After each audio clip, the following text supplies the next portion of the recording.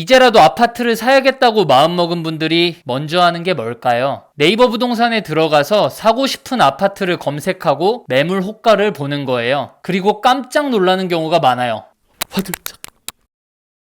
왜냐면 실거래가 대비해서 너무 높은 호가들 때문에요. 자, 내가 사고 싶은 아파트가 있어요. 전고가가 7억 5천이고 7억 초반대에 실거래가 많이 찍혀 있어요. 그럼 생각하죠. 나는 이 집을 전세 5억 끼고 갭 2억 5천이면 살 수 있겠네. 그리고 매물들을 찾아봐요. 근데 아니 뭐야. 최저 호가가 9억부터야? 그것도 막 1, 2층인데도 9억이야. 15층짜린 10억? 아니 뭐 마지막 거래가 한 8, 9개월 전, 1년 전이면 어느 정도 이해할 수도 있겠는데 불과 한 달 전에 7억 5천 거래였는데 다음 호가가 9억부터라고? 네, 당황스러울 수 있어요. 이런 상황이 실제 많은 곳에서 일어나는 중이니까요. 실제로 최근 매수 희망하시는 분들은 이런 경험 많이들 하셨을 거예요. 제가 그 내막과 대처법 알려드릴게요. 우선 호가의 속성을 알아야 돼요. 호가는 실거래가가 아니에요. 그냥 얼마든 설정할 수 있는 집주인의 의지라고 보시면 돼요. 내가 내 자산인 내 집을 이 정도 가격에 팔고 싶다는 의지요. 이걸 정하는 것은 집주인의 자유이기 때문에 뭐라 할 수도 없고 우리는 진짜 의지와 가짜 의지를 구분할 줄 알면 돼요. 먼저 진짜 의지는 내 집이 이 가격에 값어치가 있다고 믿고 이 가격에 팔고 싶다는 거예요. 이분들은 매수가 붙으면 실제 매도까지 합니다. 팔아야 하는 목표와 이유가 있는 분들이라 말도 안 되게 호가를 높이진 않아요. 단 최근장이 강한 상승장이다 보니 호가를 좀 올려서 부를 수는 있어요. 크게 문제될 것도 없고 매수자는 내고도 시도해볼 수 있으니 뭐 인정? 문제는 다음이에요. 호가의 가짜 의지는 사실 집 팔 생각이 없는 거예요. 그냥 호가 띄우기용 어그로라고 보시면 됩니다. 왜 이런 행위를 할까요? 소문이 잘 나거든요. 그리고 그 가격에 값어치가 있는 것처럼 블러핑이 쳐지거든요. 불인이들은 호가를 보고 여기저기 다니면서 말해요. 야, 땡땡 아파트 호가가 20억에 나왔더라? 헐, 호가 20억 봤음? 집값이 미쳤어. 실거래는 13억짜리인데 왜 저러지? 누가 제 앞에 와서 이런 호들갑을 떨면 저는 대답해요. 야, 뭐 어쩌라고? 너는 너 집 100억에 내놓으면 되잖아. 사실 너무 심한 호가는 부동산에서 1차로 컷하기 때문에 제가 극단적인 답변을 한 거지만 호가는 말 그대로 호가라는 걸 알려주고 싶은 거예요. 불을 호, 갑, 가. 가격을 그냥 부르는 거라고요. 불러놓으면 사람들 입에 오르내리며 욕세권으로 인지도가 올라가고 알아서 소문 내주고 기자가 기사도 내주고 무엇보다 다른 소유주들이 매도할 때 적정가에 내놓으려고 하다가도 이 호가를 의식해서 더 높은 가격에 내놓는 효과까지 얻죠. 호가? 효과, 라임 오졌다. 최종 목표는 이 높은 가격에 누군가가 사주길 바라는 거예요. 만약 누군가 한 명이 산다면 네, 맞아요. 어제의 호가는 오늘의 실거래가. 그 아파트 소유주들은 Let's party time.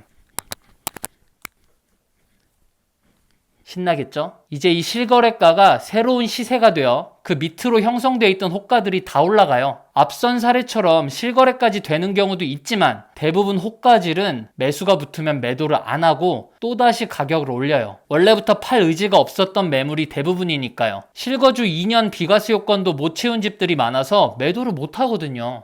그럼 이렇게 호가를 높여 부르는 행위를 제가 비난할 거냐고 물으신다면 저는 별 잘못이라고 생각하진 않아요. 저는 여러분들께 현상에 대한 이해만 시켜드리는 것 뿐이에요. 이게 법을 위반하는 것도 아니잖아요. 만약 이런 걸 문제 삼는 사람들이 늘어나면 또 현 정부에서 부동산 호가 규제법 이런 거 내지 않겠습니까? 내용 뻔하죠.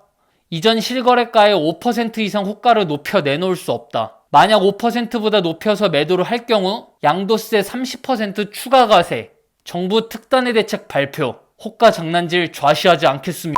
이런 거요. 겉포장만 한 이런 증세 정책 이제 다들 지겹잖아요. 그냥 그 가격에도 사고 싶은 사람은 사면 되고 너무 심하다 싶은 걸 보면 에헤이 이 정도는 에바지 얜 선 넘었네 하고 안 사면 돼요. 아무도 안 산다면 진짜 팔아야 되는 사람은 알아서 가격을 낮추거든요. 누가 살 가격까지 낮추겠죠. 이게 자유시장 경제니까요. 아, 그리고 제가 호가 장난질을 멈출 수 있는 하나의 합리적 정책을 혼자 방구석에서 생각해봤어요. 부동산에 매물을 내놓을 때 반드시 계좌번호와 희망 가계약 금액을 함께 내놓게 하면 돼요. 매수 희망자는 먼저 가계약을 쏘고 거래를 진행할 수 있게 되겠죠. 그럼 호가 장난질 하다가 매수 붙으면 다시 가격 올리는 행위를 못 할 거예요. 함부로 가짜 의지의 매물을 못 내놓겠죠. 어때요? 이때까지 이런 대안 제시한 사람 있어요? 없어요? 없죠. 휘부엉을 국토부로 마지막으로 실매수 희망하시는 불인이들에게 팁 드릴게요. 이 문제 어떻게 해결해야 될까요? 손품만 팔지 마시고 발품을 같이 팔면 돼요. 요즘 너무 손품만 파는 분들이 많아요. 그걸로 다 되면 제가 왜 피곤하게 실제 임장을 다니겠어요? 임장 가서 부동산에 들어가세요. 여기엔 온라인에 등재되지 않은 장부 매물이 있을 수도 있습니다. 없다면 부동산 사장님과 안면을 터놓고 매수 희망 의지를 뿜뿜 보여주고 연락처 남겨놓고 오세요. 금매 나오면 온라인에 등재도 하기 전에 먼저 전화를 주십니다. 우린 그걸 사면 돼요. 이런 경우 알죠?